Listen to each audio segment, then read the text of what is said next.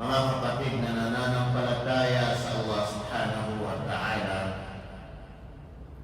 napakaganda ang ating pananampalataya Islam, sapagkat anuman ang mga nagagawa natin na pagkakasala o pagkakamali ay mayroong kapatawaran.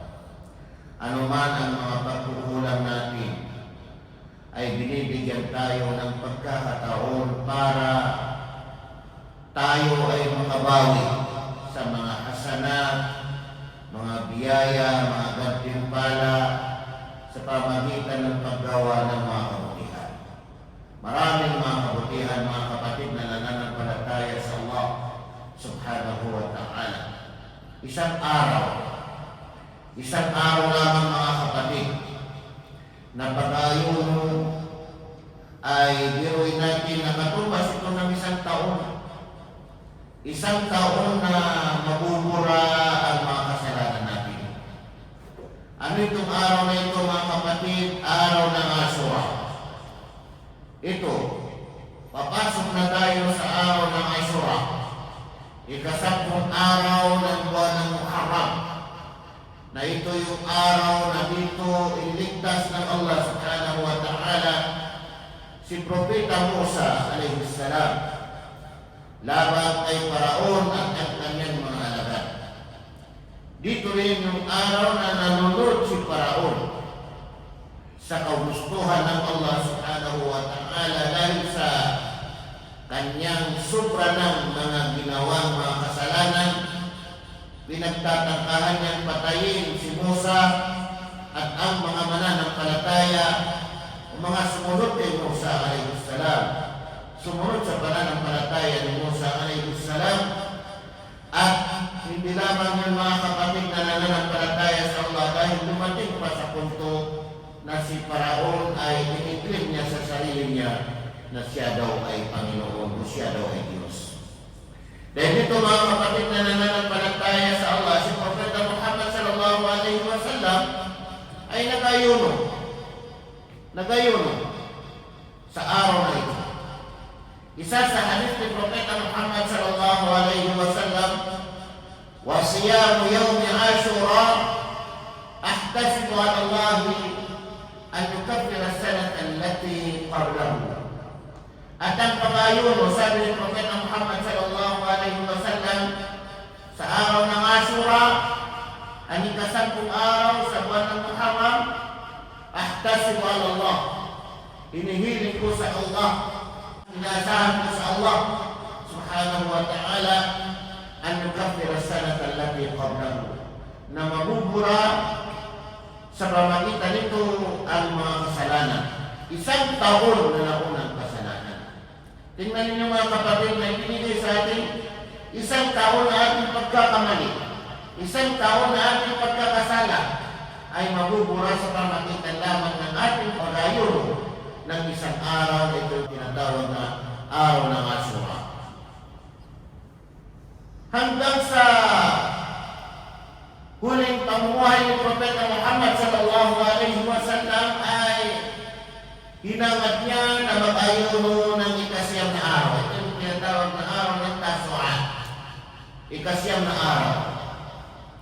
Bago dumating ang ika-10 araw ay hinangad ni Propeta Muhammad sallallahu alaihi wasallam na mag-ayuno sa ika-9 na araw. Na kung saan sinabi niya na kung lain bakito ila qabilin la suman na klase, kung makaabot ako, kung sakaling makaabot ako sa susunod na taon, sabi ni Propeta, ay pag-ayuno ang ika-9 na araw. Ibig sabihin mga kapatid na nananampalataya sa Allah subhanahu wa ta'ala ay kainambin na pag-ayunuhan ang ika-9 na araw.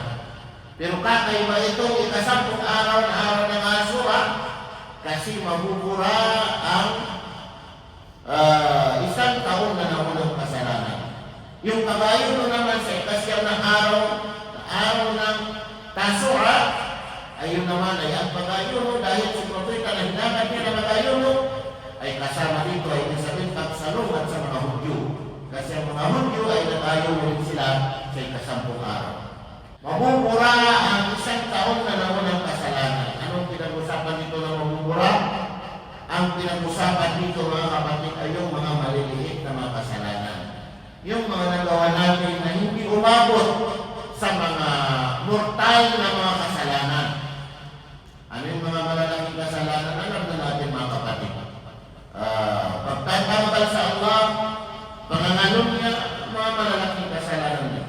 Yung black magic, mga malalaking kasalanan. Yung paghahanap buhay ng riba, may riba, malaking kasalanan. Ang tinutukoy dito na isang taon na nakalipas na kasalanan, ito ang kasalanan ng mga minor, ayon sa paliwanag ng mga ulama, minor na mga kasalanan. Hindi kasama dito yung mga malalaking kasalanan. Yung mga nagawa natin na mga hindi natin namamalaya, tayo ay nagkakasala. Yung mga nasabi natin na hindi natin namamalaya, tayo ay nagkakasala, alhamdulillah.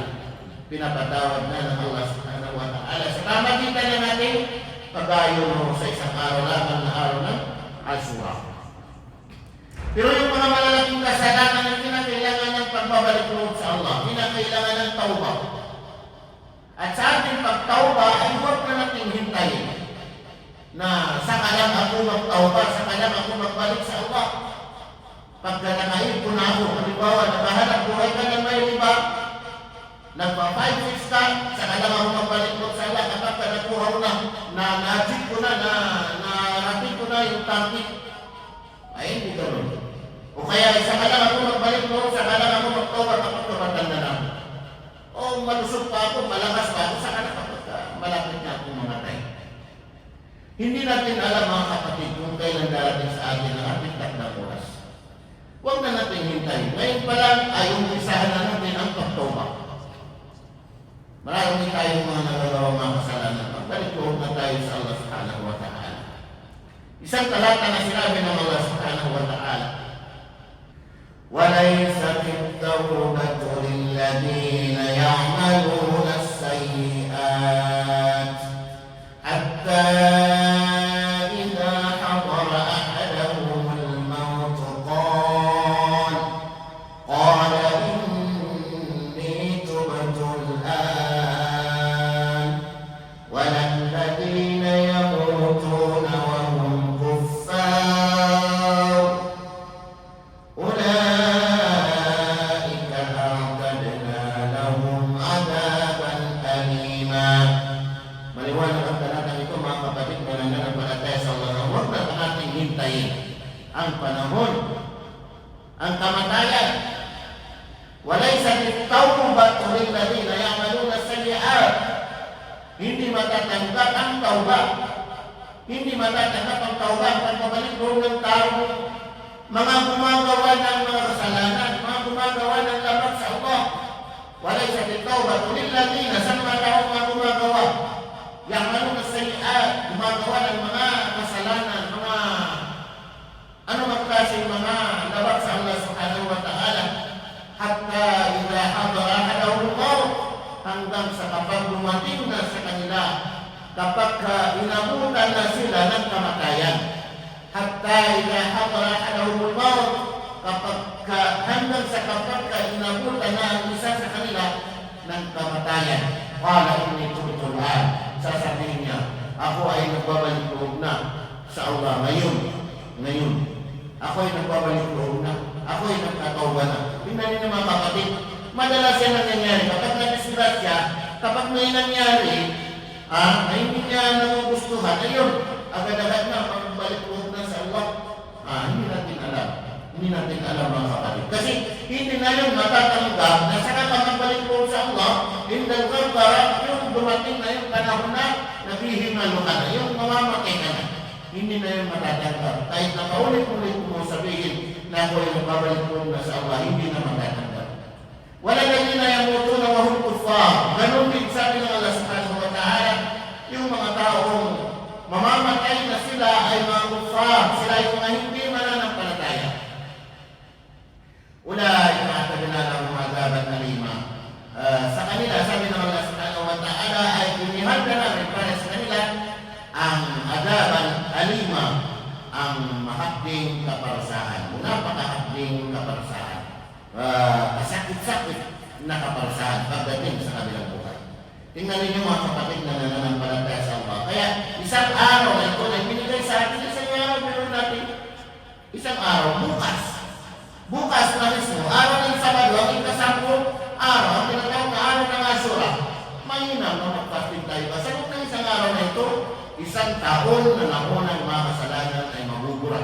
Ang pinag-usapan natin ito, ayon sa paliwanag ng mga batas, yung mga minor, mga maliliit na kasalanan. Pagdating sa mga malalaking kasalanan, tulad ng riba, o ano mang mga malalaking kasalanan, ay kinakailangan natin ang tawbah, ang pagbabalik loob sa Allah subhanahu wa ta'ala. Aqulu qawli hadha